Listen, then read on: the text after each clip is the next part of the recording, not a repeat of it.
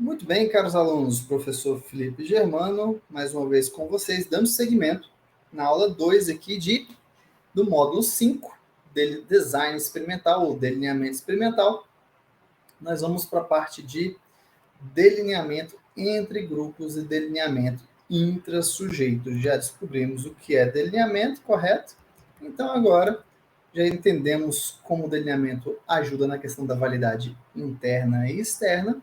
Agora nós vamos entender um pouquinho sobre os tipos de delineamentos e os seus alcances, como eles são normalmente utilizados. Então vamos lá?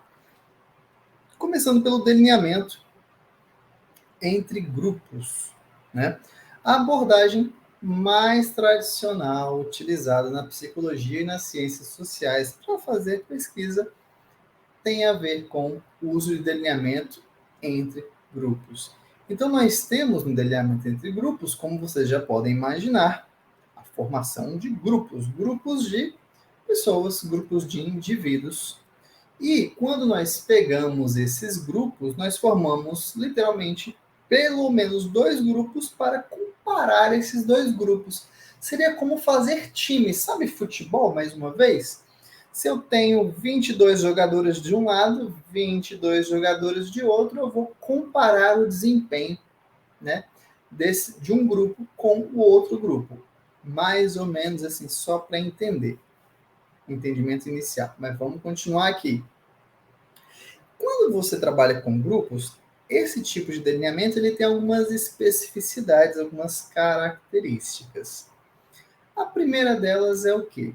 Quando a gente fala de grupos, os grupos, eles, em termos de indivíduos, de seleção de indivíduos, a gente sempre tenta fazer grupos o mais parecidos possível.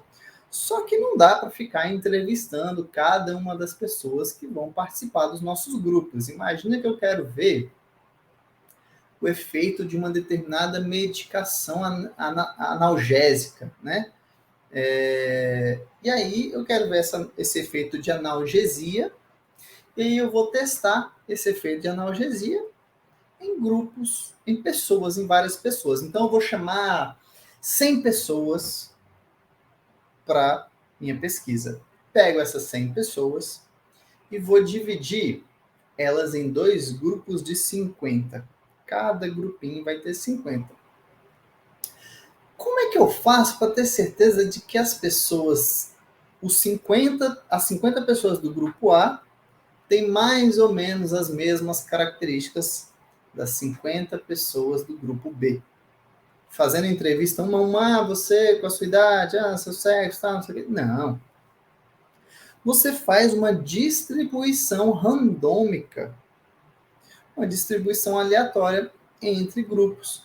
Você não vai ver, vamos ver, todo mundo que é mais bonitinho vai para esse lado de cá. Quem não é tão bonitinho vai para esse lado de lá. Não, não funciona assim. Você não escolhe nesse sentido, mas sim, você faz uma distribuição randômica, aleatoriamente, você vai designando as pessoas para os grupos. Quando você usa desse artifício de designação aleatória, o que acontece? Você garante, numa perspectiva experimental, uma distribuição que produz grupos similares. Eles não são sistematicamente parecidos por algum motivo, ou diferentes, na verdade, diferentes um do outro por algum motivo. Não houve nenhum controle dessa diferenciação entre grupos, um controle deliberado. Não. Houve, na verdade, uma despreocupação nesse caso, ou melhor dizendo, um cuidado dessa distribuição aleatória para garantir que esses grupos de pessoas fossem o mais similares possível, certo? A gente parte da premissa, quando a gente trabalha com grupos, a gente parte da premissa de quanto mais pessoas você tem dentro de um grupo, mais você consegue eliminar efeitos de quê? De diferenças individuais entre pessoas. Quando a gente trabalha com a questão do grupo, é claro que a gente sabe que pessoas, elas têm diferenças individuais. Diferenças individuais em termos de gosto, em termos de desempenho, em termos de acuidade visual, em termos de várias coisas, né?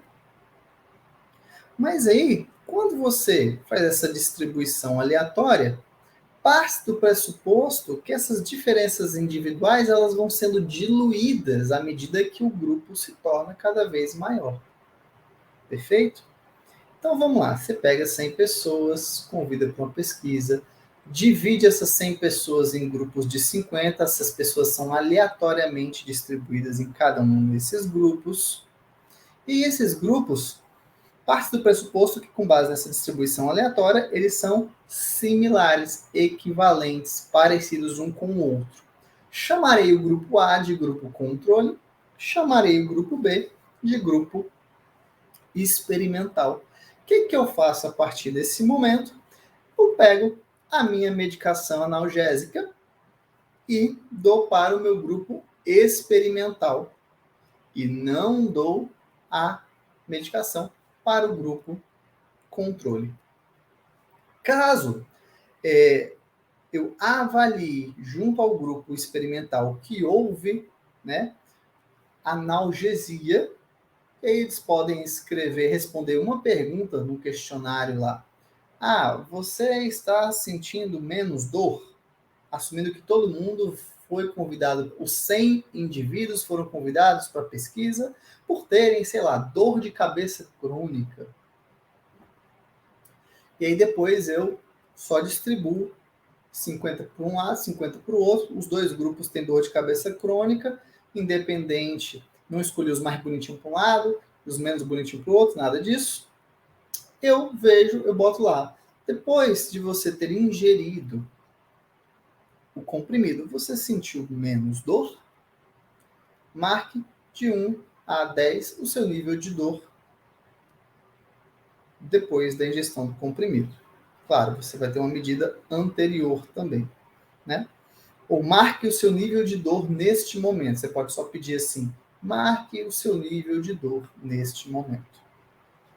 Quando eu pego todos os scores do grupo experimental, eu vou aglomerar esses scores, essas marcações, vou fazer uma média e vou comparar com a média do grupo controle. Eu posso fazer a mesma pergunta para o grupo controle, que não recebeu medicação, às vezes recebeu apenas uma pílula de farinha, só para dar a entender que as duas condições eram parecidas, e compara então os dois scores, as duas médias desses dois scores, para avaliar se houve efeito de analgesia ou não, baseado numa média de dor de cada um dos grupos. Então, quando eu trabalho com delineamento entre grupos, eu trabalho com comparação entre dados aglomerados de dois ou mais grupos, certo?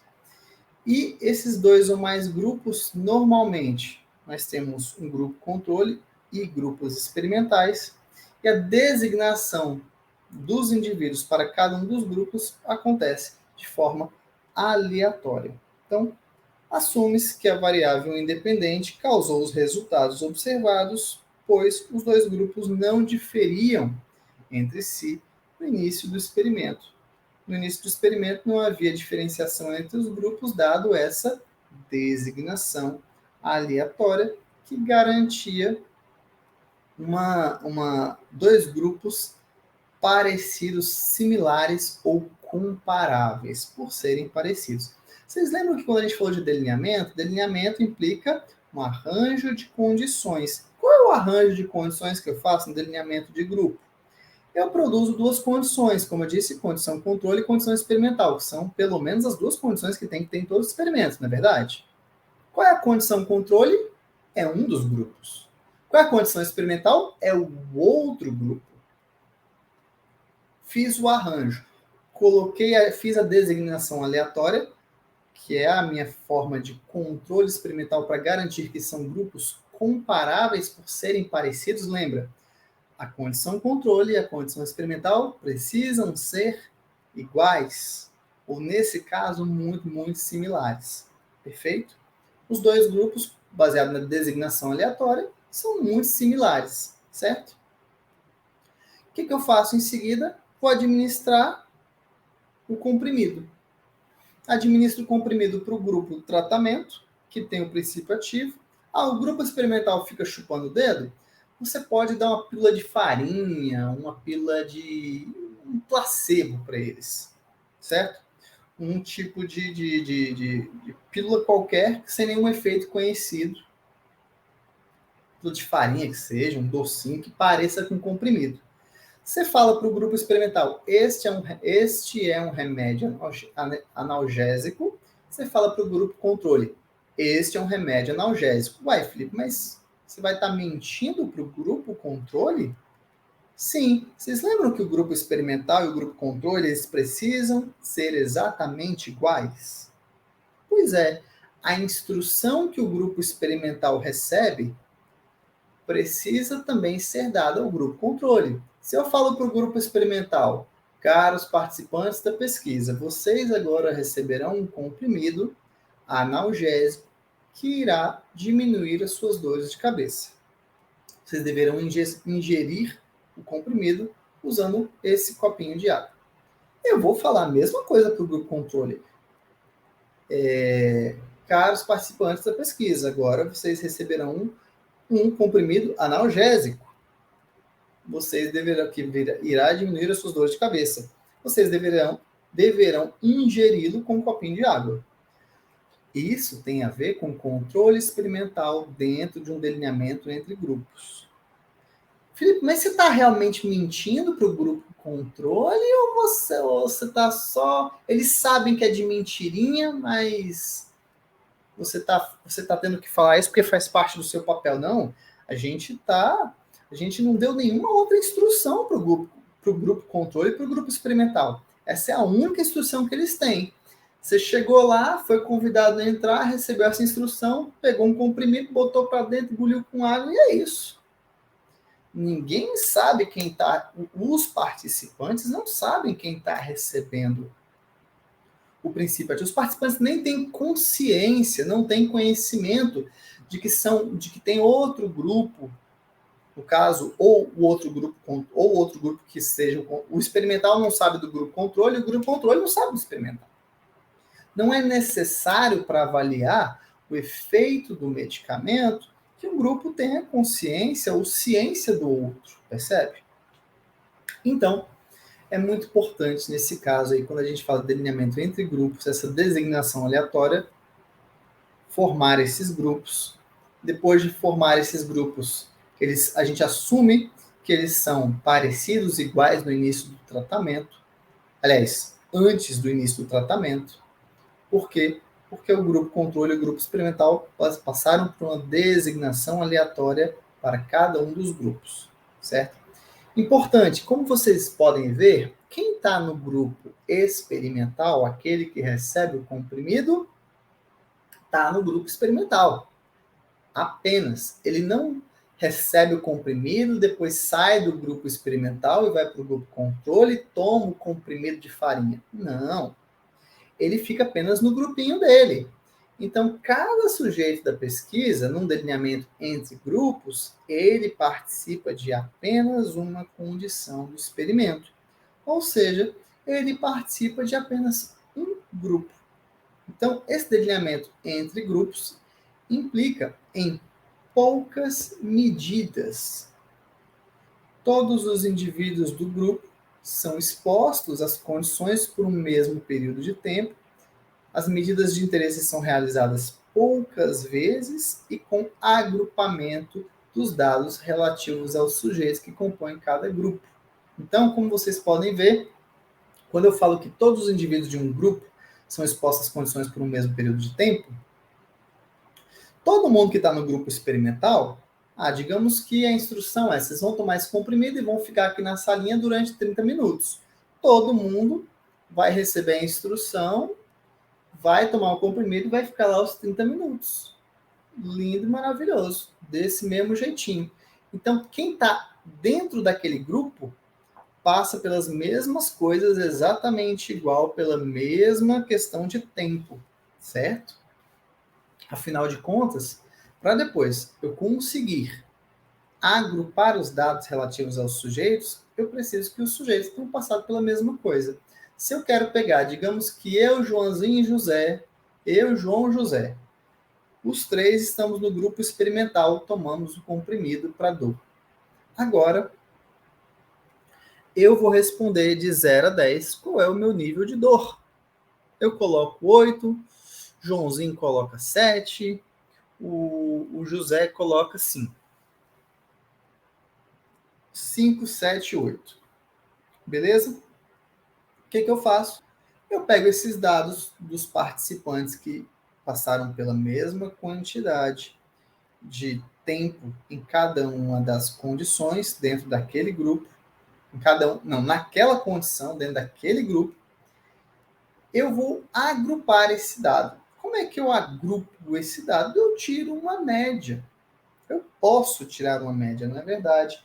Eu calculo o desvio padrão, eu calculo porcentagem, eu posso fazer alguns tipos de agrupamentos de dados e vou escolher aquele que melhor responde a minha pergunta de pesquisa ou que representa melhor o meu dado, que ilustra melhor o efeito do meu tratamento. Toda vez que a gente vai escolher um tipo de medida, você escolhe sempre a medida que melhor apresenta o efeito do seu tratamento. Ué, Felipe, eu pensava que eu tinha que escolher sempre a frequência do comportamento, né? Não é frequência do comportamento, ocorrência versus não ocorrência, ou frequência apenas, como é que é? Não, você vai escolher qualquer medida, desde que essa medida seja uma medida suficientemente boa para mostrar efeito da sua variável. Tá joia? Então, você pega uma pesquisa, por exemplo, uma pesquisa de que investiga efeitos do álcool sobre o organismo humano. Aí você pode pegar indivíduos, pesquisa boa essa, né? Para quem gosta, eu tô parado com isso, quero mais saber de álcool só para lavar as mãos, no máximo, limpar as mãos, higienizar as mãos. Mas assim, imagina que eu pego lá uma pessoa e coloco ela para ingerir doses de álcool e dou a seguinte instrução para ela: olha, tá vendo essa mesa aqui? Tem uma mesa aqui e tem um botão na mesa e tem uma luzinha ali na frente. Quando essa luzinha acender, você tem que tocar no botão o mais rápido possível para apagá-la. Toda vez que ela acender, você tem que ir lá bater o mais rápido possível para apagá-la. É só isso a sua tarefa. Enquanto isso, a gente vai trazendo umas dosezinhas de álcool, você toma, e depois, de alguma bebida, provavelmente, né? Você toma e depois você vai estar ali nessa atividade de bater no botãozinho toda vez que a luzinha acende. Gente, se eu quero demonstrar que o álcool produz como efeito uma diminuição no estado de alerta, né? Ou um atraso das respostas, eu não vou calcular a frequência de batidas no botão. Provavelmente a frequência vai ser 100. Sempre que ele... 100%. Sempre que ele vê a luzinha, ele vai bater. Isso não vai demonstrar o efeito do álcool em relação a esse desligamento do nosso sentimento de alerta. Não. Eu vou usar a latência do comportamento. O que seria a latência do comportamento? Quantos segundos demorou para ele bater no botão depois que a luzinha acendeu? Digamos que na primeira dosezinha de álcool, a luzinha acendeu, ele pá, demorou nem um segundo. Entre acender a luz e bater no botão não demorou nem um segundo. À medida que ele vai ingerindo álcool, daqui a pouco a luz acende. Até ele bater já passaram 2 segundos, 3 segundos. Opa! Essa passagem do tempo entre acender a luz e ele bater é o que a gente chama de latência. E nesse caso, especificamente, seria uma medida muito mais interessante para demonstrar o efeito que a gente espera observar. Então, na questão de delineamento entre grupos, você vai sempre escolher o delineamento, ou na questão do delineamento entre grupos, você sempre vai escolher a medida que melhor representa os seus dados para fazer o seu agrupamento. Tá joia? É muito comum, quando a gente fala de delineamento entre grupos, que a gente use instrumentos. Instrumentos para ajudar nas nossas análises, né? Um dos instrumentos muito conhecidos dentro de ciências sociais é um software do computador que ajuda na questão da estatística inferencial, é o SPSS. É o Statistical Package for Social Science. O inglês aqui está meio enferrujado, tá? Mas é basicamente isso. É o pacote estatístico para ciências sociais. E a gente está falando aí de uma plataforma de software que vai fazer cálculos sobre o quê? Sobre médias, sobre testes de fidedignidade estatística dos dados levantados de cada um dos grupos, que vai fazer testes para avaliar a significância das diferenças encontradas entre os grupos. Será que o grupo controle e o grupo tratamento, ou grupo experimental, eles são de fato diferentes? Houve uma diferença perceptível entre eles depois que o grupo experimental foi exposto ao tratamento? Essa é uma pergunta importante que precisa ser respondida para que você veja o poder do delineamento. Só que muitas vezes o tamanho dessas diferenças só conseguem ser devidamente avaliados por meio de instrumentos estatísticos, nesse caso, usando estatística inferencial até para você conseguir fazer previsões. Lembra que pesquisa gera dados, dados nos ajudam a fazer previsões sobre as próximas replicações, não é verdade? Pois bem, quando depois que a gente faz uma pesquisa, a gente quer fazer uma previsão, né, do quanto que da possibilidade desses resultados se replicarem no futuro com outras populações ou até mesmo com uma população muito maior de indivíduos. Eu peguei 100 para minha pesquisa, botei 50 no tratamento, 50 no controle, mas quantas pessoas no mundo sofrem de dores de cabeça crônicas e adorariam ter um remédio para diminuir essa dor de cabeça? A estatística inferencial, ela é um instrumento que me ajuda, baseado na minha amostra, baseado no meu experimento, fazer uma previsão ou uma inferência sobre quais são as chances de que eu consiga os mesmos efeitos que eu consegui no meu experimento, eu consiga esses efeitos aplicando para uma população em geral. Tá joia? Então, obviamente é um instrumento muito útil, muito importante e interessante, dado que a gente está sempre tentando fazer o quê? Previsões que ajudem na mudança do comportamento e no desenvolvimento de tecnologias para melhorar a nossa qualidade de vida, tá bom? Em termos de sociedade. Bem, aqui é exatamente o exemplo que eu dei para vocês, fica aí, caso vocês precisem lembrar depois. O novo medicamento poderia ser testado pela distribuição aleatória de sujeitos em 2 grupos. Os sintomas são medidos apenas 2 vezes, antes e depois dos respectivos tratamentos. Como eu já disse, importante ressaltar, no delineamento entre grupos, a ideia é que você tenha o mínimo possível aliás, o mínimo possível não, que você acaba fazendo poucas medidas. Então, se você precisa, poucas medidas é o quê, Felipe? Poucas medidas é quando você faz a avaliação do comportamento de interesse, do fenômeno de interesse. No caso da dor, por exemplo, eu posso fazer o seguinte, eu posso pegar os meus 50 participantes do grupo controle, colocar eles para marcar o nível de dor de 1 a 10, posso pegar o pessoal do grupo tratamento antes de receber os 2 grupos, na verdade, antes dos 2 grupos colocarem um comprimidinho para dentro, eu dou uma folhinha, qual o seu nível de dor. Todo mundo responde e me devolve. Depois eu dou o comprimido para os 2 grupos. o comprimido que tem o princípio ativo analgésico, e aqui o comprimido de farinha só para o grupo controle. E pergunto, depois de 30 minutos que o efeito ocorreu, certo? Que a gente espera que algum efeito tenha ocorrido, na verdade, eu dou de novo a mesma pergunta. Qual o seu nível de dor? Diante dessa pergunta, eles fazem uma nova marcação. E aí depois eu posso comparar a marcação do grupo tratamento antes e depois do comprimido, ele com ele mesmo.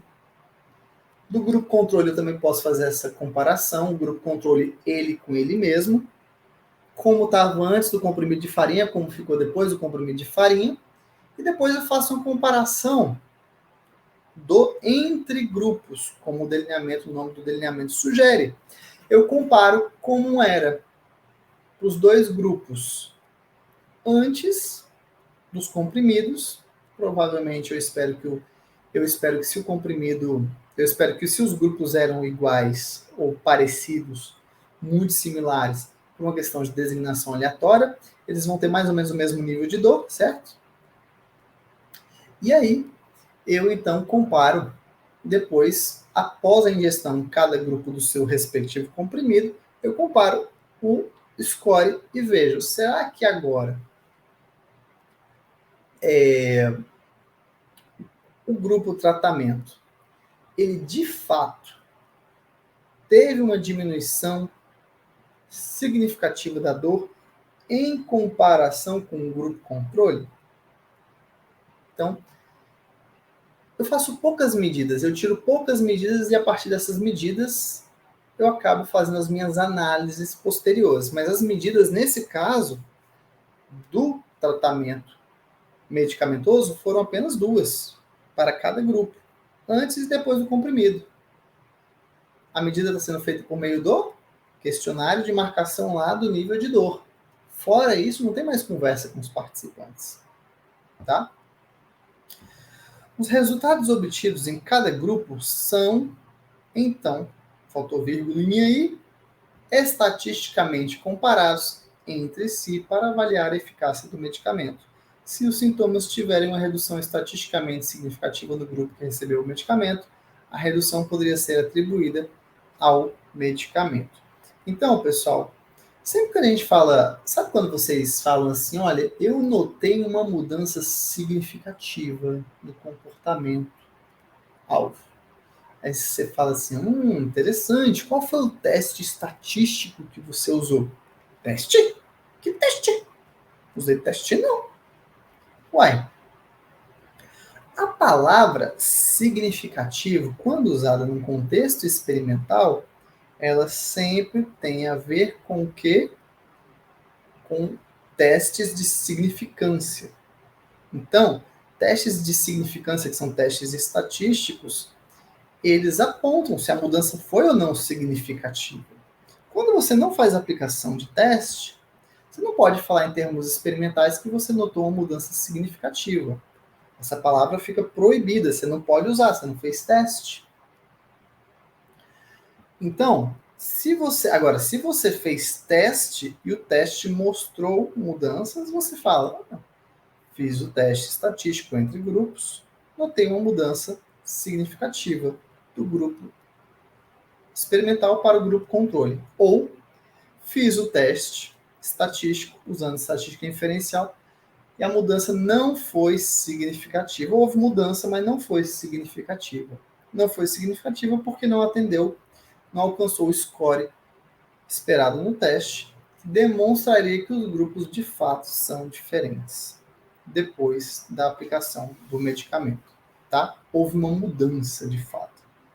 Então, mudanças de fato, quando a gente trabalha com delineamentos entre grupos, são demonstradas principalmente usando testes estatísticos que têm a ver com testar a significância dos dados, tá bom? Nos delineamentos entre grupos, comparam-se os dados agregados de todos os participantes de um grupo com os dados agregados dos participantes do outro grupo. E então supõe-se que eventuais inconsistências ou variações não esperadas sejam compensadas entre os sujeitos, de modo que os resultados do grupo todo expressariam o resultado típico, independente de, ou, de outra maneira, descontadas as variações individuais. Em suma, pessoal, o que está escrito aí para vocês? Está escrito para vocês o seguinte: essa designação aleatória, mais uma vez, ela não é à toa. A gente espera que as variações individuais de pessoas dentro de um mesmo grupo sejam descontadas ou acabem se diluindo em função dessa designação aleatória. Percebem? E por que isso é importante? Porque a gente não vai explicar o resultado diferente em um determinado grupo com base em explicações individuais, com base em variações individuais. Não. A gente vai explicar o resultado diferente do grupo tratamento para o grupo controle com base no tratamento que foi administrado. Mas só dá para fazer isso se as diferenças individuais ou as variações individuais de fato foram descontadas. E serem descontadas ou diluídas tem a ver com essa designação aleatória. Tá bom? Bem, esse aqui basicamente foi o delineamento entre grupos. Mais lá para frente, a gente ainda vai, eu vou começar agora a falar do delineamento entre sujeito, e mais lá para frente, no final dessa apresentação ainda, eu vou dar algumas pequenas dicas para vocês entenderem, para vocês tomarem decisões sobre: será que eu preciso de um delineamento entre grupos ou intra-sujeito nesse momento? Não sei. Quais serão os critérios que eu preciso atender, ou as características de cada um, as perguntas que eu preciso responder para para escolher um ou outro? Essa é a dica que eu vou dar ao final dessa apresentação. Mas uma coisa que vale a pena, apesar de estar implícita, mas eu quero deixar explícita, nos delineamentos entre grupos, como vocês viram, as variações individuais elas são diluídas por uma questão de designação aleatória dos indivíduos. Porém, quanto maior um grupo, nesse caso, melhor dizendo, quanto maior um grupo de pessoas, né, mais descontadas ou mais diluídas acabam ficando as variações individuais. É igual não, mas é muito parecido a questão de você diluir, por isso que eu estou usando essa palavra, diluir qualquer substância em água. Diluir em água significa o quê? Você vai acrescentando água até aquela substância ser a menor parcela possível. Aliás, ser a menor parcela daquele montante grandão que é a água mais a substância. Então, se eu vou diluir, sei lá, eu vou diluir água sanitária. Tem gente que faz isso, né? Pegar água sanitária para limpar, às vezes, frutas, verduras e objetos vários. Você pega uma colher de chá, né, de água sanitária, uma colher de sopa, na verdade, de água sanitária, coloca num balde. Tá. Se eu tô com um balde vazio, eu tenho só uma colher de água sanitária, eu tenho uma colher de água sanitária. Aí o que eu faço? Eu ponho uma colher de água normal, uma colher de sopa de água normal, e misturo. Gente, muito provavelmente a água sanitária ainda vai ser ali perceptível em várias questões, cheiro, não sei se alguém já provou o gosto de água sanitária, espero que não, não faça isso em casa, não pode. Mas vamos pensar em cheiro, o cheiro ainda vai ser suficientemente forte, dado que não foi suficientemente diluído ainda para que a maior porção seja de água, certo? À medida que você vai aumentando a quantidade de água, mantendo aquela porçãozinha da água sanitária, o cheiro vai se perdendo, vai diminuindo, né? Por uma questão de diluição. Nessa metáfora, o que acontece? As as nossas diferenças individuais, ou as diferenças individuais de cada sujeito, seria, nesse caso, a água sanitária, a colherzinha de chá de água sanitária. E à medida que você coloca mais e mais e mais e mais e mais pessoas, está colocando mais e mais água, por assim dizer, e aquela única diferença individual ela acaba sendo diluída ou acaba ficando menos importante, dada a quantidade de outras pessoas que temos aí.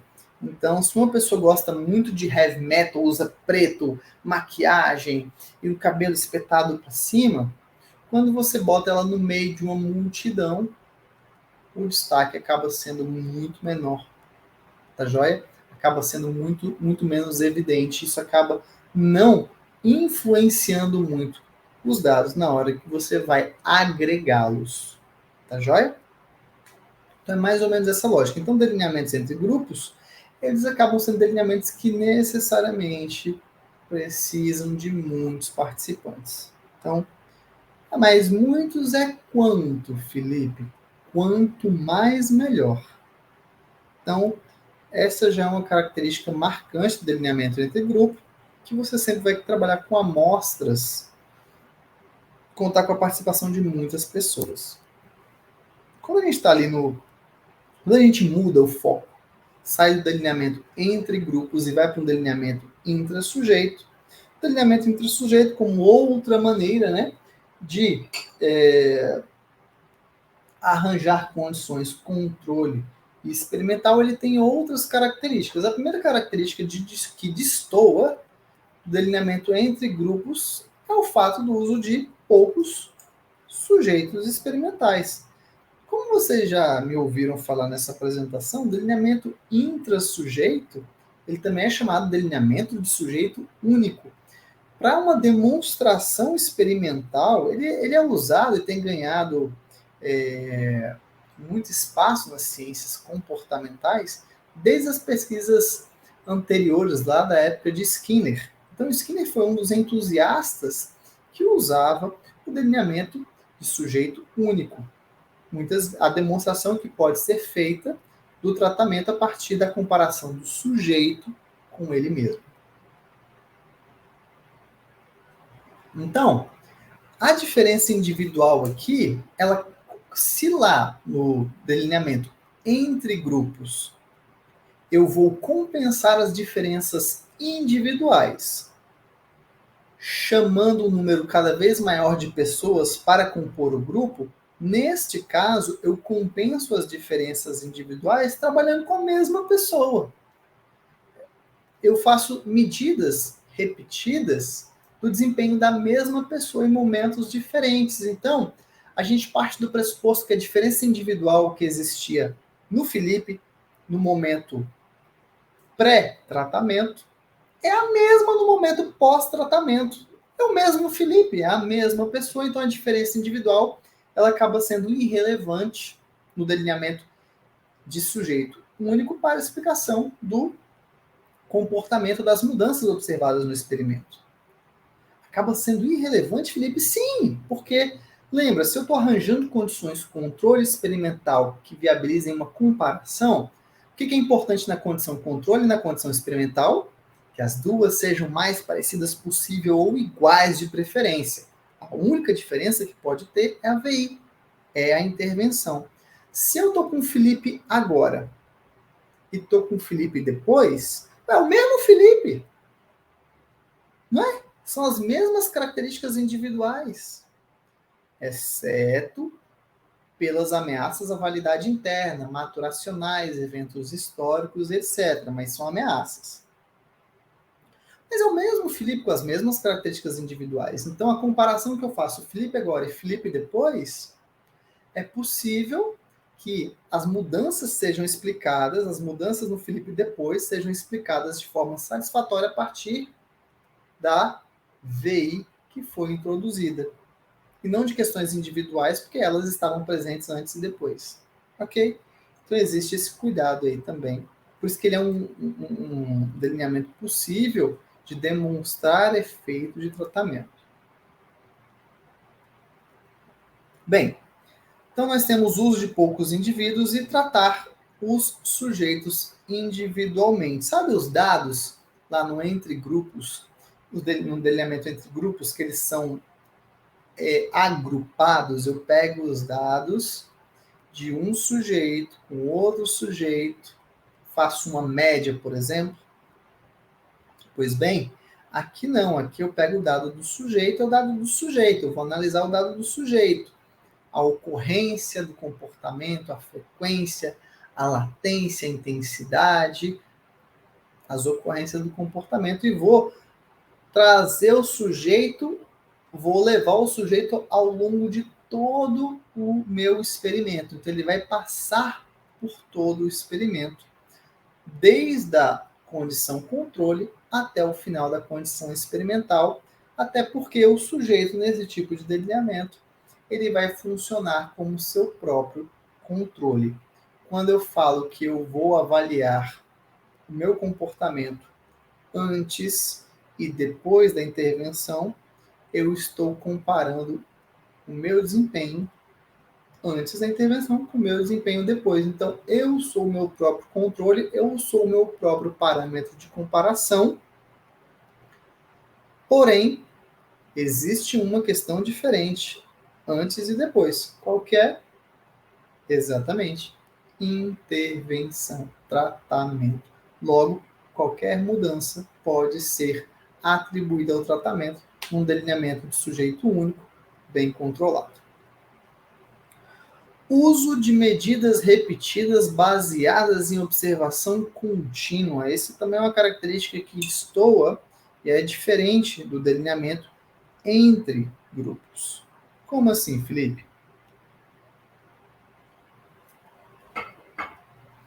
No delineamento entre grupos, como eu mostrei para vocês, como a gente está falando de grupos de pessoas, e pessoas que passam, pessoas que são designadas, aleatoriamente designadas para apenas um grupo, primeiro, eles não passam por todo o experimento, certo? Entre grupos, como vocês podem ver, o grupo tratamento fica só no tratamento. Ele não vai para o controle. O grupo controle fica só no controle, ele não vai para o tratamento. Aqui é diferente. Aqui, o sujeito único, ele funciona como seu próprio controle. Então, ele sai do controle e vai para o tratamento. Muitas vezes ele volta, sai do tratamento e volta para o controle. E a gente fica nessa questão. Quando a gente faz isso, a gente acaba usando medidas repetidas. A gente fica mensurando continuamente o comportamento do indivíduo durante o delineamento de sujeito único. É diferente do entre grupos, porque no entre grupos eu faço o quê? Eu tiro duas medidas. Uma do grupo controle e uma do grupo tratamento e depois comparo. Não preciso de muito mais do que isso para demonstrar efeito de intervenção. Aqui é um pouco diferente. Aliás, aqui é bastante diferente. Aqui o delineamento ele tem como característica basal o uso de medidas repetidas. E essas medidas repetidas, elas auxiliam para você ver em que direção o comportamento, para qual direção o comportamento está indo, certo? Então, quando a gente fala de modificação do comportamento, a gente só sabe que o comportamento está modificando se a gente ficar continuamente, se a gente permanecer nessa mensuração contínua. Eu só sei que ele mudou se eu conseguir ver o antes e o depois e o caminho que ele percorreu. Beleza? Bem, eu já disse para vocês, o indivíduo passa por todas as etapas do experimento. O foco é na mudança comportamental a partir de análises de inspeção visual. Sabe quando a gente falou lá no delineamento entre grupos, que para eu saber se de fato um grupo ele é diferente de outro, eu uso estatística inferencial como instrumento analítico? Pois é. Como aqui no delineamento intrassujeito, eu faço uso de medidas repetidas, eu pego essas medidas e vou plotar ou colocar no formato de gráficos. Esses gráficos, eles vão me dar o quê? Eles vão me dar uma curva. Eles vão me dar uma linha lá no gráfico que ela vai de um ponto de partida até a última observação, ela pode ficar variando, ela pode subir, ela pode descer. Esse tipo de inspeção visual que eu faço, a inspeção visual nesse caso seria o quê? Você parar, olhar para o gráfico e ver em que direção está indo a curva. Qual é a tendência que essa curva tem em relação a dados mais ascendentes, descendentes, melhor ou pior de desempenho, baseado em maior score, menor score. E aí? O meu foco é na mudança comportamental, no delineamento intrassujeito, e eu vou notar ou vou entender que a mudança comportamental está acontecendo no momento que eu pego os meus dados, coloco ou ploto, né, uma das palavras que a gente usa, eu vou plotar os dados, ou colocar os dados em formato de gráfico e olho para o gráfico, para onde está indo o meu dado, ok?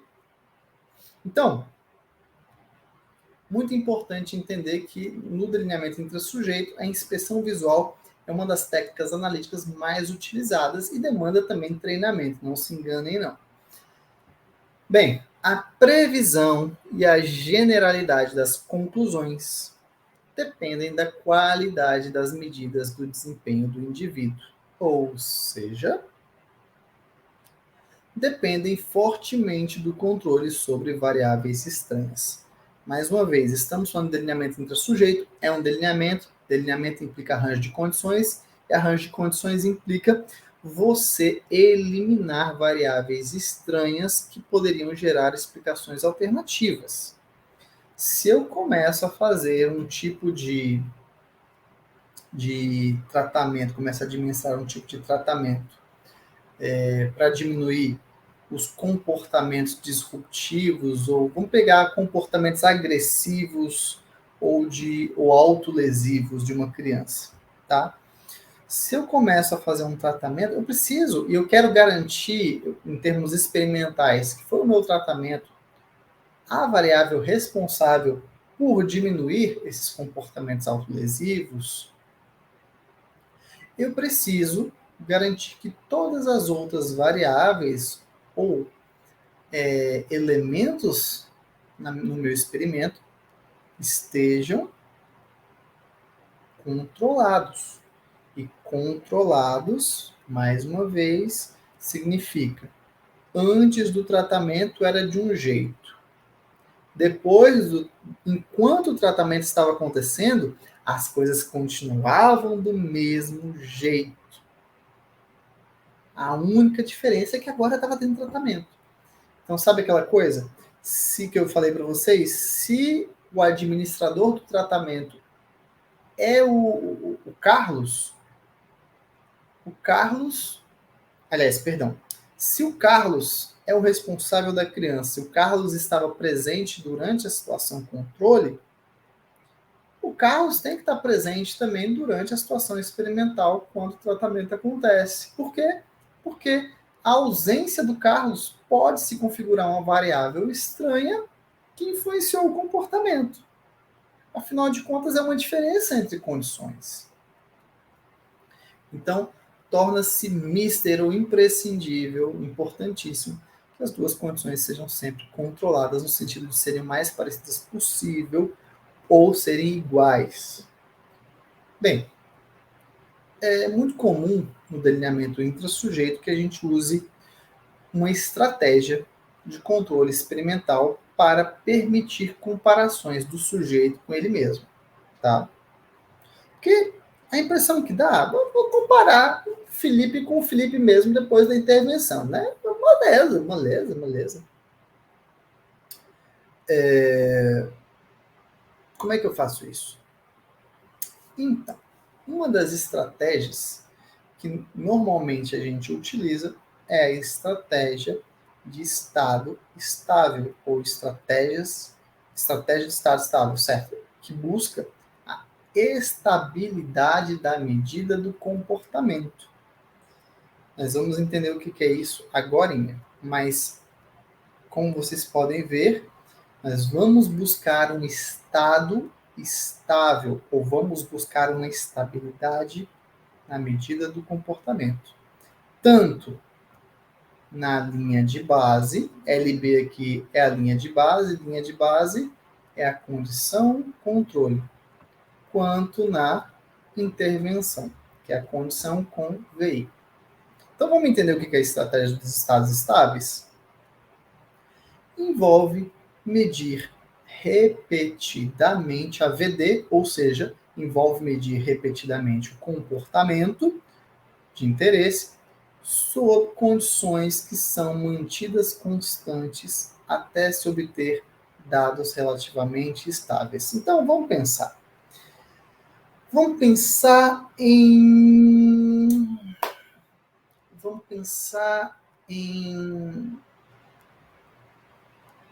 uma criança na escola. Essa criança na escola, ela fica levantando, tá? Fica levantando da carteira quando não é para levantar, que acaba atrapalhando o bom andamento da aula, em relação aos outros coleguinhas, etc. Tá bom? Que acabam se distraindo, etc., indo na onda, etc. O comportamento de interesse que eu quero mudar é o levantar em sala de aula. Beleza. O que eu faço antes de iniciar um tratamento se eu for usar a estratégia de estados estáveis? Eu vou ficar observando e registrando o comportamento de levantar. Por várias vezes ao longo de alguns dias, eu vou ficar registrando. Digamos que eu vá na aula, eu vá em 3, 4, 5 aulas, tá? Em cada aula eu estou ali com a minha planilha registrando quantas vezes o aluno, levantou. E aí eu posso depois comparar esses resultados. Eu posso plotar esses resultados de frequência por dia num gráfico. Então, digamos que no primeiro dia que eu fui observar, a criança levantou 9 vezes em um período de 30 minutos de observação. No segundo dia, no mesmo período de 30 minutos de observação, a criança levantou 15 vezes. No terceiro dia, no mesmo período de 30 minutos de observação, foram 10 vezes, e assim sucessivamente. Eu vou fazendo isso e colocando o 9, o 15, o 10 lá no gráfico. À medida que eu vou colocando no gráfico, vocês vão ver que uma curva vai começar a se formar, né? Curva é o nome daquelas linhas, né? Não que elas sejam necessariamente curvas, mas começa a se formar e começa a me mostrar mais ou menos com que frequência, em média, ou mais ou menos, aquela criança levanta normalmente na aula. Isso me dá uma noção de estabilidade do comportamento, um padrão. A estabilidade, na verdade, ela é o quê? Ela é um padrão. Ela é um padrão que mostra alguma variação, mas mostra pouca variação. Então, quando eu busco estabilidade de uma medida comportamental, quando eu fico lá medindo até achar estabilidade, eu estou medindo, procurando um padrão. E esse padrão vai me ajudar em termos comparativos. Percebe? Então, vamos pensar comigo aqui. Se a Maria é a aluna que está lá o tempo todo levantando, aí lá no meu gráfico ela levantou 9 vezes, depois ela levantou 15, depois levantou 12, no outro dia levantou 8, no outro dia levantou 18, 10, 12, 11. O que eu posso dizer com certa precisão se esse é o padrão dela, esses resultados? Que da próxima, mesmo que eu não observe, eu vou inferir que na próxima aula é possível que que ela levante pelo menos 8, 9 vezes, chegando até 18 vezes. Isso é um padrão. mostra pouca variação, essa pouca variação não há critérios universalmente bons para definir o que seria estabilidade do comportamento. A estabilidade nesse sentido, ela vai ser tão boa quanto a definição arbitrária do experimentador, considerando que ele quer demonstrar. Mas se eu quero mostrar para vocês que a aluna levanta muitas vezes em sala de aula, se eu consigo notar que ela nunca levantou menos do que 8 vezes, então já tem um padrão aí. Percebe? Já mostra que ela levanta várias vezes. Se eu começo uma intervenção comportamental que implica isso aí, seria a linha de base seria essa mensuração repetida do levantar várias vezes sem fazer nada. Quando eu passo para a condição experimental, e eu só vou passar para a condição experimental depois que eu observar estabilidade na condição controle ou na linha de base. Vi estabilidade, eu passo para a condição experimental, porque aí, se tem estabilidade, tem padrão, se tem padrão, eu consigo comparar. Percebe? E quando eu passo para o tratamento, para a intervenção, o que eu observo? Eu observo que após a minha intervenção, ela passou a levantar uma ou nenhuma vez durante o período de observação de 30 minutos. Aí você fala, antes do tratamento era sempre mais de 8. Depois do tratamento, quando acontece, é uma. Opa! A pergunta é, mudou ou não mudou? Nesse caso, a gente tem uma evidência para falar que o tratamento teve efeito. Por quê? Porque como as duas condições eram iguais, certo? Controle, linha de base e intervenção eram iguais. A única diferença foi a intervenção, a VI sendo inserido, o tratamento sendo iniciado, mas o resto era tudo igual. A gente acaba atribuindo o tratamento, o efeito sobre a mudança na VD, no comportamento, e não só isso, mas a gente consegue notar que quando a gente vai comparar por inspeção visual, o de 8 caiu para 1 ou 0, e esse 1 ou 0 continuou à medida que a intervenção continuou sendo administrada, enquanto o tratamento estava acontecendo, 0,1, 0,1, 0,1. Quando eu tiro o tratamento, ou antes do tratamento, 8, 10, 12, 15, 18, 7, 10. Opa! Então, esse padrão que a gente busca quando a gente tenta obter ou identificar estabilidade na medida, é um padrão que permita uma comparação, e essa comparação ela só vai ser útil se ela ajudar a entender que houve efeito da VI sobre a VD. Ok?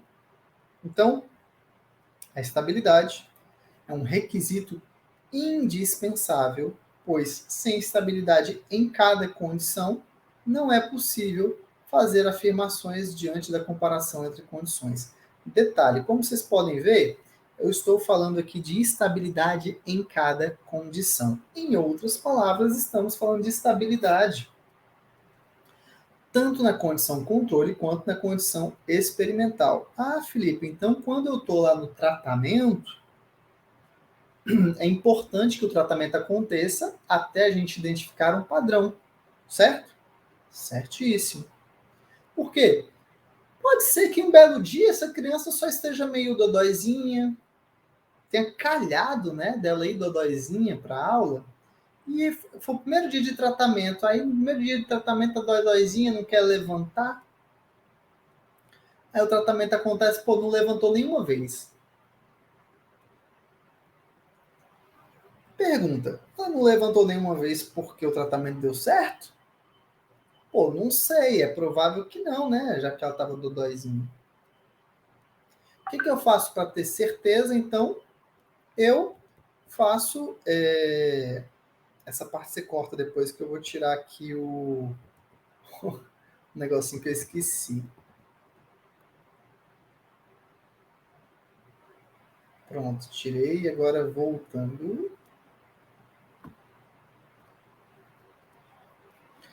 Então, essa parte, para eu poder ter certeza de que o tratamento foi o responsável pela mudança no comportamento, eu preciso repetir a medida enquanto a pessoa está em tratamento, enquanto a pessoa está ali passando pela condição de tratamento. Então, eu faço medidas até alcançar mais uma vez a estabilidade e identificar um padrão de respostas durante o tratamento. Perfeito? Então, é importante que a estratégia de estados estáveis, para que ela seja aplicada de forma correta, que ela seja aplicada nas duas condições, na condição controle e na condição experimental, viabilizando uma comparação entre as duas, entendendo que a comparação entre controle e experimental viabiliza você dizer se o tratamento funcionou ou não, buscando então a validade interna do teu experimento. Importante que a estabilidade não pode ser confundida com imutabilidade. Isso é muito curioso, porque às vezes quando a gente dá aula de estratégia de estados estáveis, as pessoas começam a pensar assim, estável é uma coisa que não muda, certo? Pô, então como é que eu faço? Porque é difícil, não dá para... A gente está investigando o comportamento. O comportamento, ele muda, né? É uma das premissas básicas para que a gente estude o comportamento enquanto analistas de comportamento. Pois é, concordo contigo. E é nesse ponto que a gente entende que não, estabilidade não é imutabilidade. Não. Estabilidade, Felipe, ela é um padrão considerando... Felipe, Sim, uma pausinha aí. Você deu uma travadinha aí? foi? Aí deu uma que você chegou a falar um pouquinho para trás aí. É para repetir? Um pouquinho só no slide anterior, se você puder. Aí você volta no slide anterior. E você quer que eu repita a partir de qual tópico? Do último? Eu acredito que foi do último, isso. É uma Requisito. travadinha que você Tá. deu aí. Aí eu não sei se foi internet, Ah, alguma, alguma coisinha bem pouquinho assim, mas aí eu até coisei aqui só para não tipo tá. assim, né, não perder a gravação. Aí eu já Sim, tô sim. saindo, estou saindo de novo, pode continuar que a gente não encerra não, tá? Depois a menina faz o corte. Não, não, sem problema. Tchau, tchau. Voltando. Tchau, tchau. Então, o requisito indispensável, a estratégia de estado estável é um requisito indispensável, pois sem estabilidade em cada condição, não é possível fazer afirmações diante da comparação entre as condições. Então, como eu disse para vocês, sem você garantir estabilidade, tanto na condição controle quanto na condição experimental, não dá para falar nada, não dá para você fazer afirmações de que o teu tratamento, a tua intervenção, de fato funcionou. Só dá para fazer essa afirmação de forma... só dá para fazer essa afirmação com força suficiente para alcançar a validade interna, se somente se as condições controle experimental foram realizadas alcançando o pré-requisito de estabilidade na medida comportamental. Então, falando ainda de estabilidade, é importante dizer que quando a gente fala de estabilidade, a estabilidade ela não pode ser confundida com imutabilidade. O que seria imutabilidade? Imutabilidade é quando a coisa não muda, ela é imutável, tá? Quando a gente fala de estabilidade, então, a gente sabe que a gente está investigando o comportamento humano. E o comportamento humano, ele é, por definição, um fenômeno mutável, né? Filosoficamente falando, a gente não se comporta da mesma maneira, mesmo que a gente faça a mesma coisa, do mesmo jeito, com todas as especificidades do movimento, etc., ainda assim será um outro comportamento, dado que foi emitido em um outro momento no tempo e no espaço. Então, a gente sabe que o fenômeno do comportamento humano ele é mutável. Então, estabilidade não tem a ver com imutabilidade. Estabilidade tem a ver com padrão. Um padrão que considera um trato ou lidar com uma variação contínua. A gente sabe que para lidar com comportamento a gente tem que lidar com uma variação contínua. Então isso já está dentro do pacote. Isso já está como sabido ou como algo que nós já sabemos que vamos ter que lidar com isso também. Então é muito comum quando você vai ver um gráfico e você vai comparar os teus. Eu vou mostrar gráficos na minha outra aula, podem ficar tranquilos quanto a isso, que não vai faltar é gráfico. Mas quando a gente vê na condição controle, né, aquele monte de pontos assim, fazendo como se fosse um monte de um sobe e desce, curtinho ali, mas é um sobe e desce mesmo assim, você olha e fala assim, meu Deus, não tem estabilidade nesse negócio. Tem estabilidade. Você vê que o sobe e desce são as alterações contínuas, a variação contínua que existe no fenômeno comportamental, e que apesar de haver essa variação, os dados eles estão alinhados, por exemplo, no ponto mais alto do gráfico apenas. Existe uma variação, mas é uma variação com altos scores. Quando ocorre, sei lá, algum tipo de intervenção ou tratamento, pode ser que o comportamento comece a cair e ocorrer também, considerando variação contínua, né?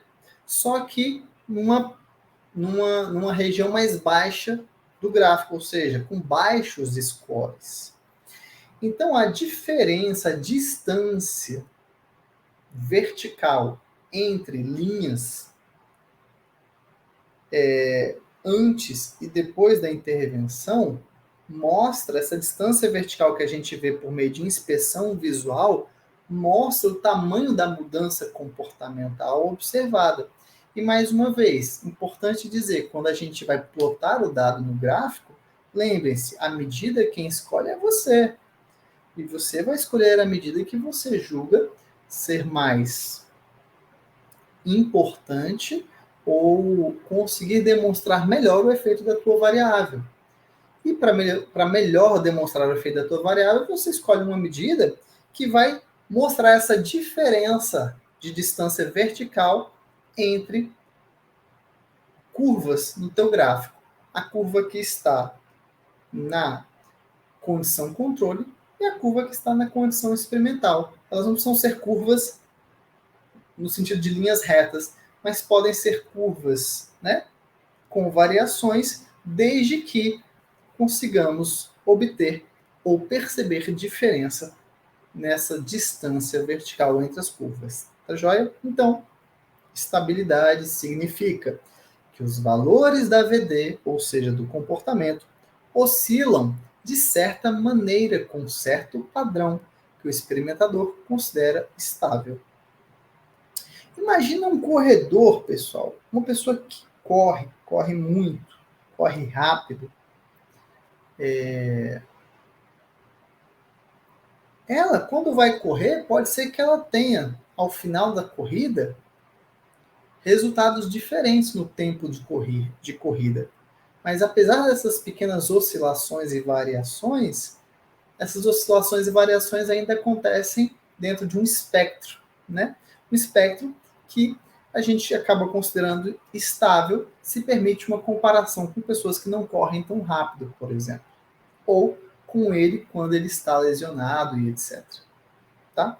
Bem, continuando. Após a introdução ou retirada da VI, é possível que os valores de uma VD mudem de forma gradual, ao invés de mudanças imediatas ou abruptamente, ou mudanças abruptas, melhor dizendo.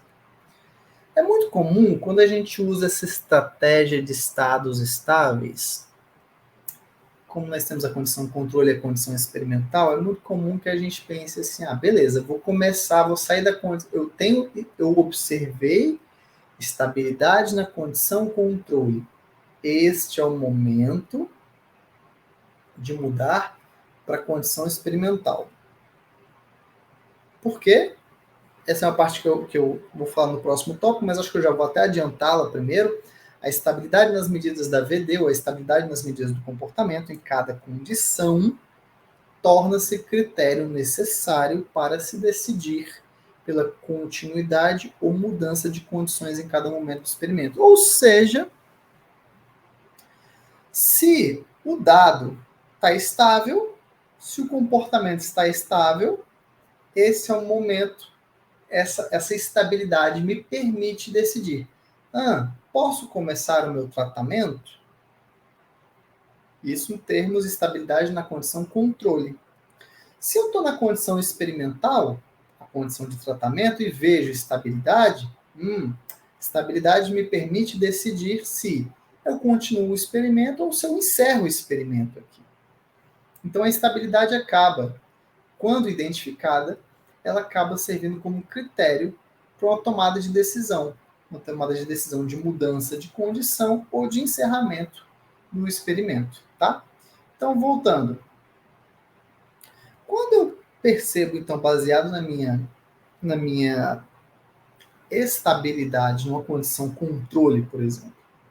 Uma condição controle, estabilidade, comportamento acontecendo de uma forma estável, com variação, mas uma variação dentro de um certo padrão, eu vou mudar para o meu tratamento. Eu começo o tratamento. Quando eu começo o tratamento, o fato de começar o tratamento implica numa mudança imediata? Será que no momento inicial, primeira sessão de tratamento, o comportamento ele já muda abruptamente, intensamente, né? Em termos de magnitude, em termos de frequência, em termos de tudo? Não necessariamente. Pode ser que a mudança, muitas vezes nesse caso, a mudança ela pode acontecer de forma gradual. O que seria uma mudança acontecendo de forma gradual? Seria você observar que os valores da VD eles vão mudando ou indo para outra direção ou se distanciando verticalmente no gráfico de forma gradual a partir de cada um dos pontos, certo? Aí vocês falam assim, Felipe, você está falando desse negócio de gráfico de ponto de distância vertical, você está exigindo um nível de abstração muito grande da gente. Calma que vai dar certo, confia no tio. Vou mostrar para vocês nas figuras depois, a gente relembra essa parte. Mas é importante que vocês entendam que muitas vezes, depois que a gente inicia o tratamento, tendo observado uma estratégia, tendo usado uma estratégia de estados estáveis, que implicou numa estabilidade de medida, é muito comum que o início do tratamento não venha com mudanças radicais, mas com mudanças graduais. As coisas vão mudando à medida que o tempo vai, à medida que o tratamento vai sendo administrado ao longo do tempo, tá bom? Seguindo, e nós vamos para o penúltimo tópico aqui dessa aula de hoje, argumentos que apoiam o uso do delineamento intrassujeito, também chamado de delineamento de sujeito único, o delineamento que o sujeito é o seu próprio controle. Vamos lá, quais são os argumentos? E vocês viram que quando a gente fala de um delineamento entre grupos, poxa, delineamento entre grupos, você está comparando dois grupos, né? Você está comparando dois grupos, você tem várias pessoas participando, você faz aquele apanhado de dados, parece que você, ao lidar com mais pessoas, você parece que está lidando com algo que tem a ver com o maior número de pessoas, né? Quando você está aqui com um delineamento intrassujeito, você tem um sujeito, o mesmo sujeito passa pela condição controle, pela condição experimental, não precisa de nenhum tipo de análise estatística.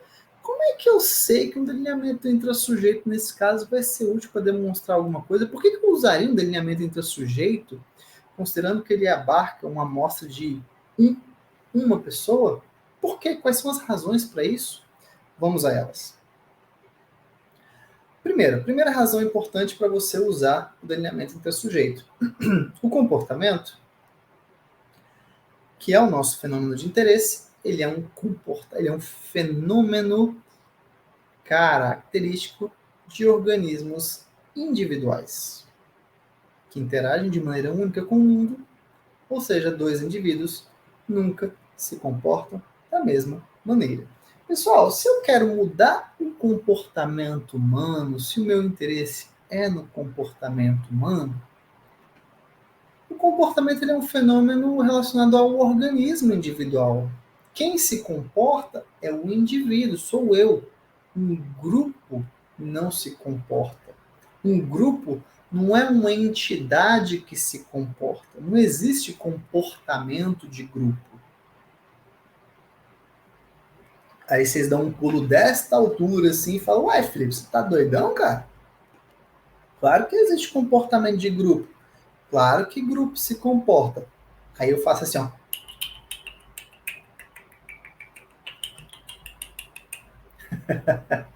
Grupo não se comporta. As pessoas dentro de um grupo se comportam.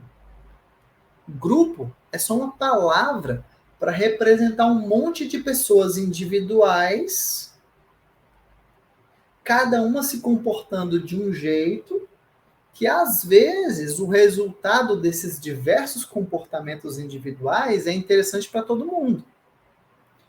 Se eu falo de um grupo de pessoas que estão num jogo, num time, um grupo de pessoas, né, um time de futebol. O time jogou muito bem.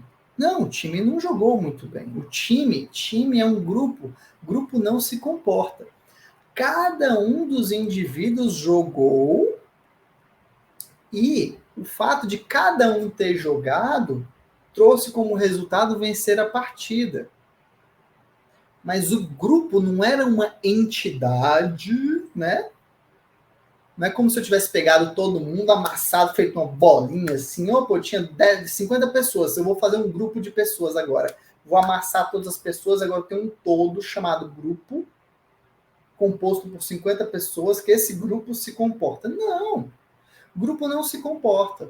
Comportamento é um fenômeno individual. Cada pessoa dentro de um grupo se comporta de forma individual. Então, quando a gente faz uma análise entre grupos, você pega o dado de cada uma das pessoas e agrega.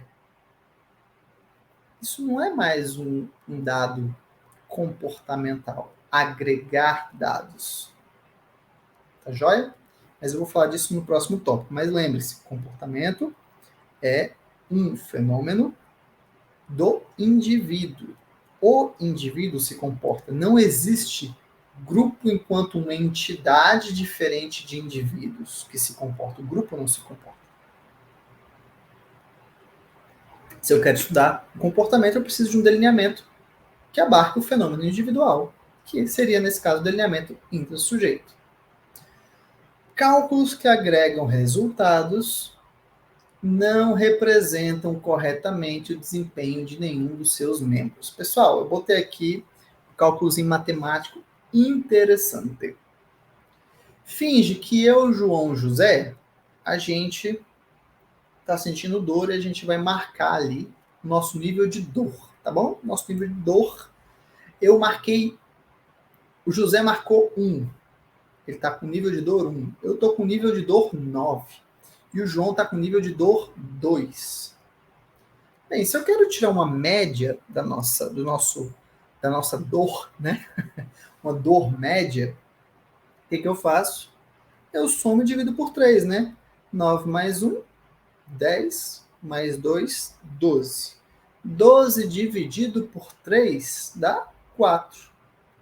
A média de dor que estamos sentindo é 4. Lindo, maravilhoso. Então nós temos um número que representa a média. Mas a pergunta é, essa média, esse número médio, está representando quem? Felipe, João ou José? Gente, o 4 não representa corretamente nenhum de nós. Muitas vezes a média que a gente sempre trabalha muito com médias, né? O tempo todo a gente vê na televisão média da população, né? Estatísticas mostram que a população média, não sei o quê. É interessante como muitas vezes a média, ela simplesmente só não representa um indivíduo. Então, cuidado quando a gente lidar com médias, porque a média, quando ela não representa o indivíduo, ela se mostra um dado enganoso, tá joia? E não é muito incomum, não, a gente chegar a médias que não representam os indivíduos, tá?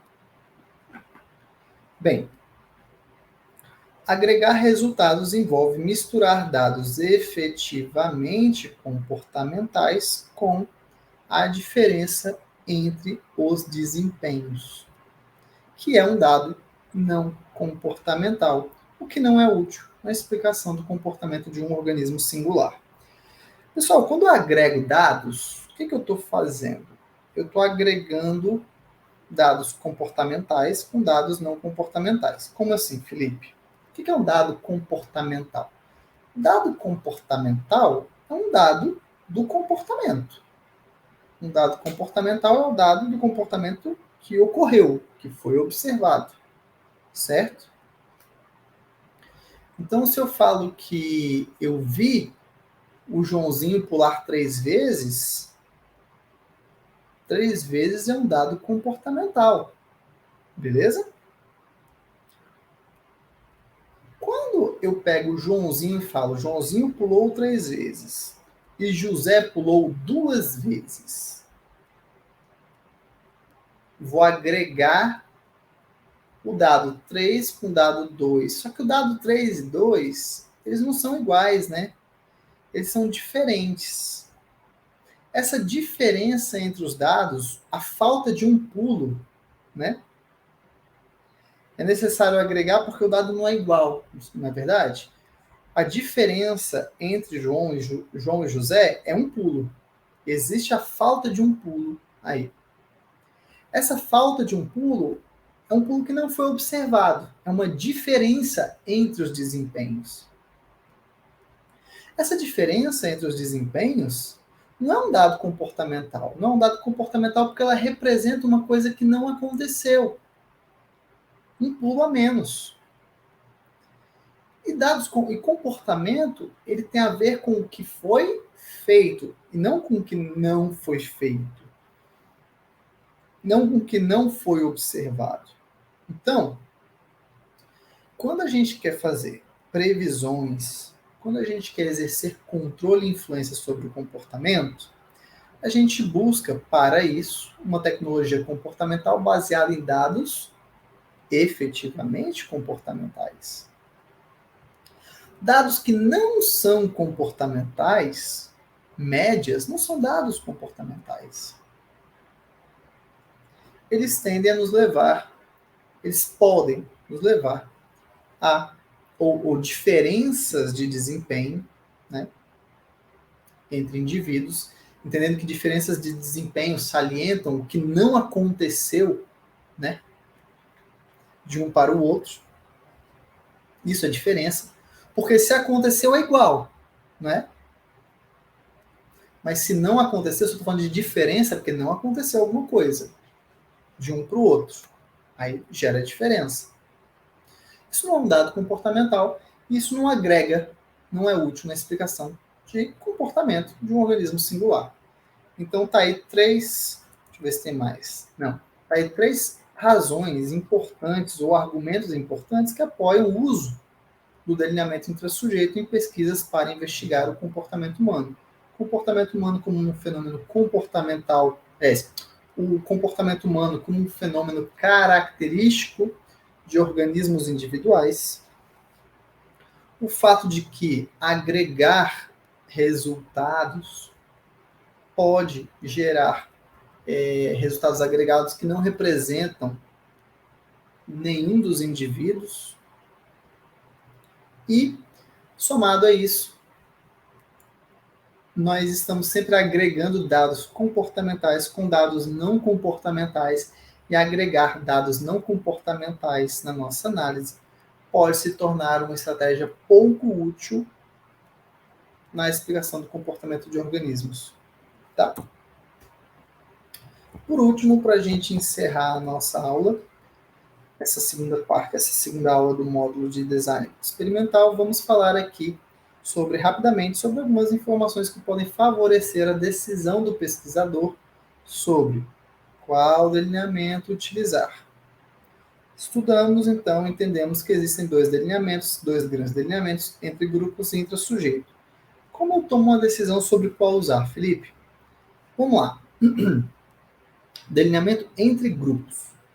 Quando é provável que os participantes ao longo dos tratamentos percebam os objetivos do experimento e mudem seu comportamento de forma indesejada?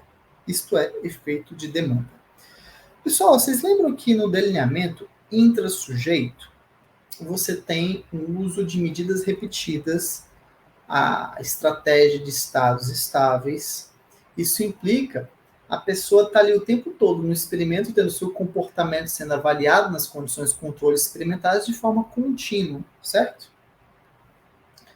Se ao longo do experimento essa contínua exposição, essa contínua repetição de medidas der a entender para o teu participante os objetivos da tua pesquisa, e isso poluir os teus resultados, a tendência é que você use delineamento entre grupo, para evitar que a mudança do comportamento ocorra em função da percepção do indivíduo, do participante, sobre os objetivos. Vou dar um exemplo usando a mesma questão lá do medicamento, da questão do medicamento. Imagina que você vai testar o medicamento lá num delineamento intra-sujeito. Vocês viram que no delineamento entre grupos, na verdade, vamos começar por ele, o delineamento entre grupos, para a gente avaliar o efeito de uma medicação, a gente usa muitas vezes uma medicação de farinha, né? Um comprimido de farinha, um grupo controle. Como a gente só faz uma medida, muitas vezes isso é suficiente já para mostrar para a pessoa, para mostrar experimentalmente que o grupo controle e o grupo experimental são diferentes. O grupo controle vai ter um resultado de diminuição de dor muito pior do que o resultado do grupo experimental, que vai ter uma diminuição de dor muito mais evidente. Se eu ficasse repetindo isso com os grupos, ou com um indivíduo, uma hora o indivíduo ia falar assim, cara, não vou mais participar. Vocês ficam só me dando comprimido de farinha? Vou falar que melhorou então, ou então vou falar que nem estava mais sentindo dor, vou mudar a minha forma de apresentar aí o meu relato de dor, né, a intensidade da dor, baseado no fato de que eu descobri que vocês estão querendo, na verdade, é me usar aqui como controle. Né? Se é assim, vou responder qualquer coisa aqui.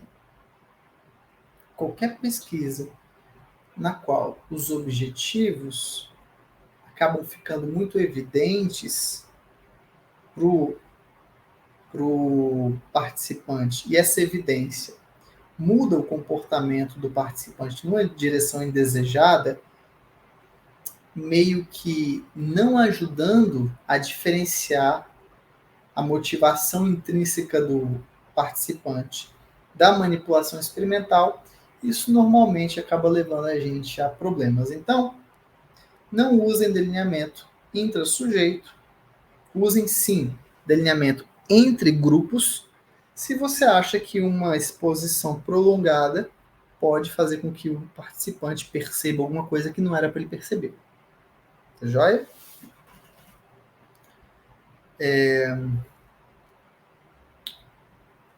Quando é provável que os participantes se cansem demais fisicamente e ou psicologicamente com a participação em mais de um tratamento experimental em que esse cansaço afete os resultados do experimento de forma indesejada? Então, pessoal, no delineamento entre grupos, como a gente faz poucas medidas e o delineamento, então acaba sendo um delineamento rápido, né? É interessante que se você acha que o cansaço influenciaria nos seus resultados, não vai para delineamento de intrassujeito, não. Delineamento intrassujeito é medidas repetidas, você repete várias vezes as mesmas condições para demonstrar controle experimental e produzir estado estável, produzir estabilidade.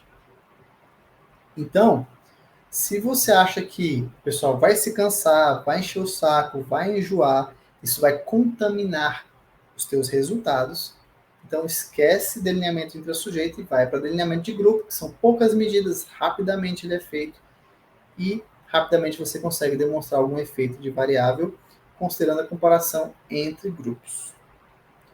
Quando o efeito de um tratamento sobre o outro é provável e indesejado. É a última ponderação aí.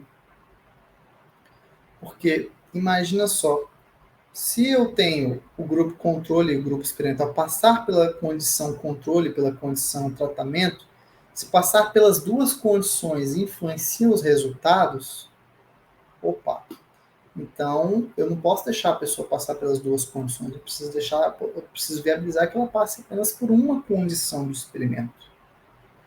Como é que eu faço isso? Delineamento entre grupos, afinal de contas eu tenho um grupo que fica em uma condição apenas e outro grupo fica em outra condição e aí depois o experimentador que vai comparar os nossos resultados. Mas cada um só passou por um tratamento. Eu posso ter 3 grupos? Posso. Eu posso ter um grupo controle, posso ter um grupo tratamento 1 e tratamento 2. Eu posso ter 2 medicamentos analgésicos sendo testados. Se eu acho que botar o analgésico 1 para o Felipe tomar.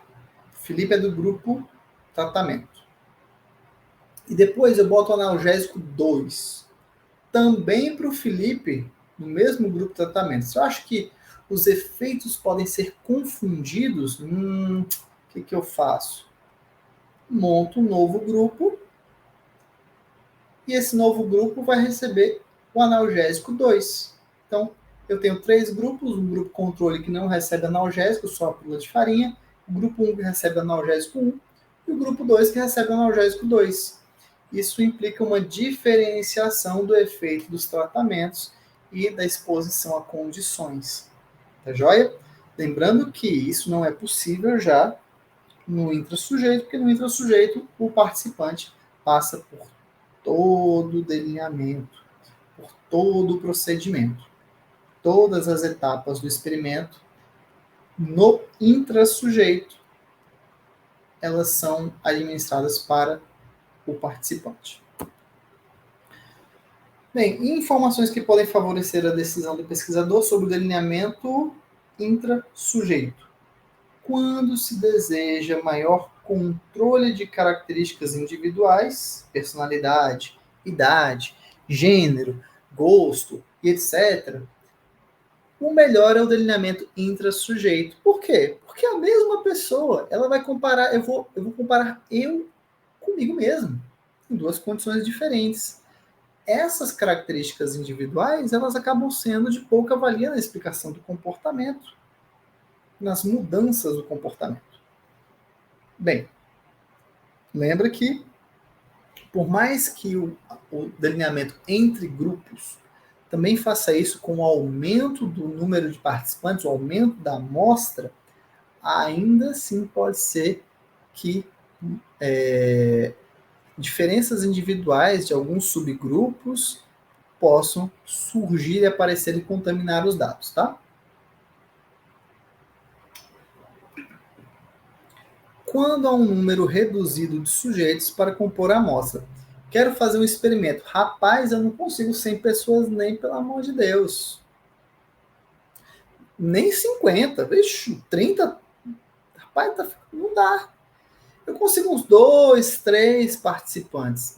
Se você precisa trabalhar com um número reduzido, delineamento intrassujeito é o teu delineamento, dado que você pode trabalhar com ele usando poucos participantes. O delineamento entre grupos é pré-requisito você ter uma amostra grande de participantes. Então, se você já tem poucos sujeitos aí para compor a tua amostra, já não dá para ir entre grupos, não. Tem que ficar no intra-sujeito mesmo e adaptar para esse tipo de delineamento. Quando é impossível a distribuir os sujeitos aleatoriamente aos tratamentos experimentais. Lembra que a característica que a gente tem de controlar, a característica do delineamento, para controlar as diferenças individuais é o quê? É você distribuir aleatoriamente as pessoas em diferentes condições. Quando isso não é possível, mais uma vez, não tem conversa, não tem choro, não tem vela. Vai para o delineamento intra-sujeito, tá?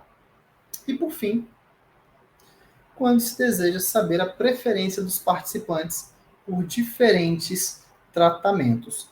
Se eu quero saber o que um participante achou de um determinado tratamento em comparação com outro tratamento, ora, ele tem uma competência, ele tem boa competência para fazer essa comparação, dado que ele passou pelos dois tratamentos, mas qual dos dois delineamentos viabiliza uma passagem por todo o procedimento, por toda a situação experimental?